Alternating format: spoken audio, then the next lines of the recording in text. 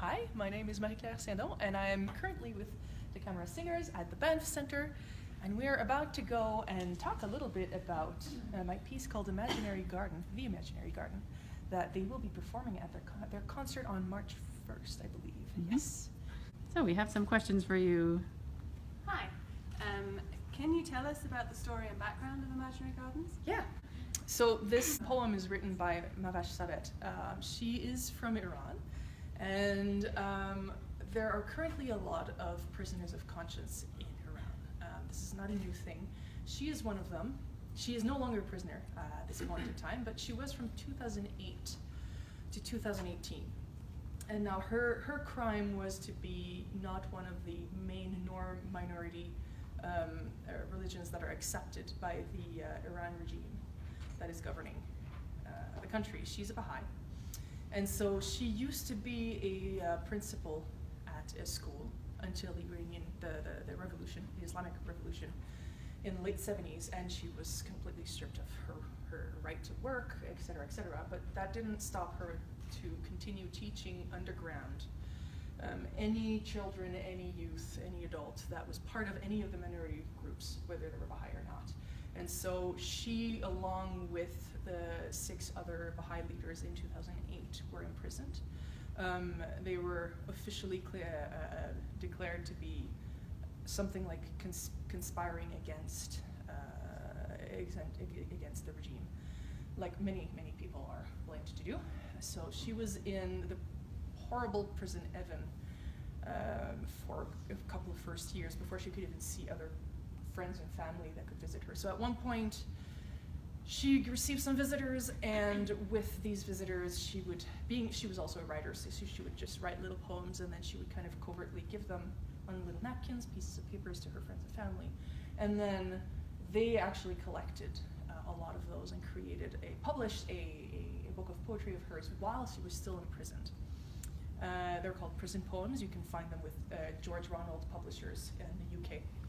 And it was translated into English specifically for this publisher. And it was translated by Bahia Nahjavani, who is an aunt of a friend of mine. That's how this poem got into my lap.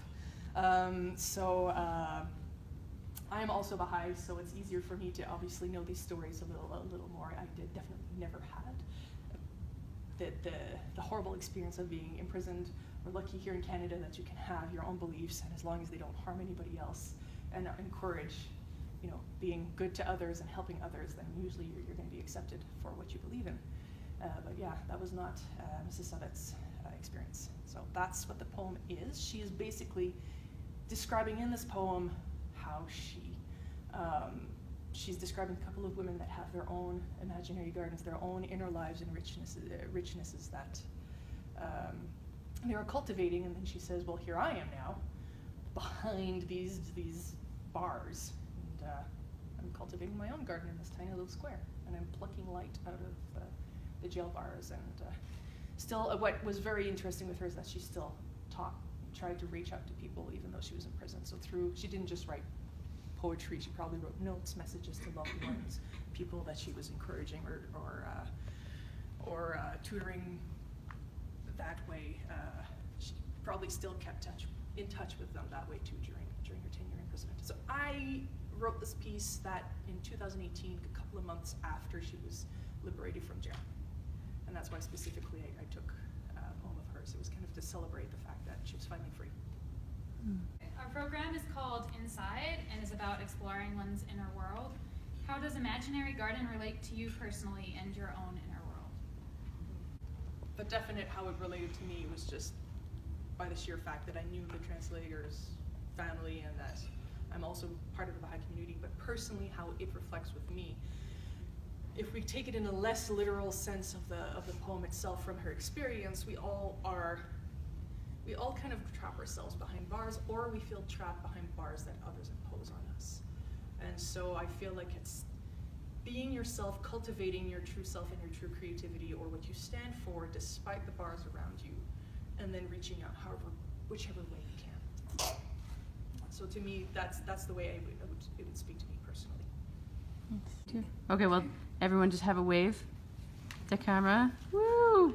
At Banff, at Choral Art. Yay!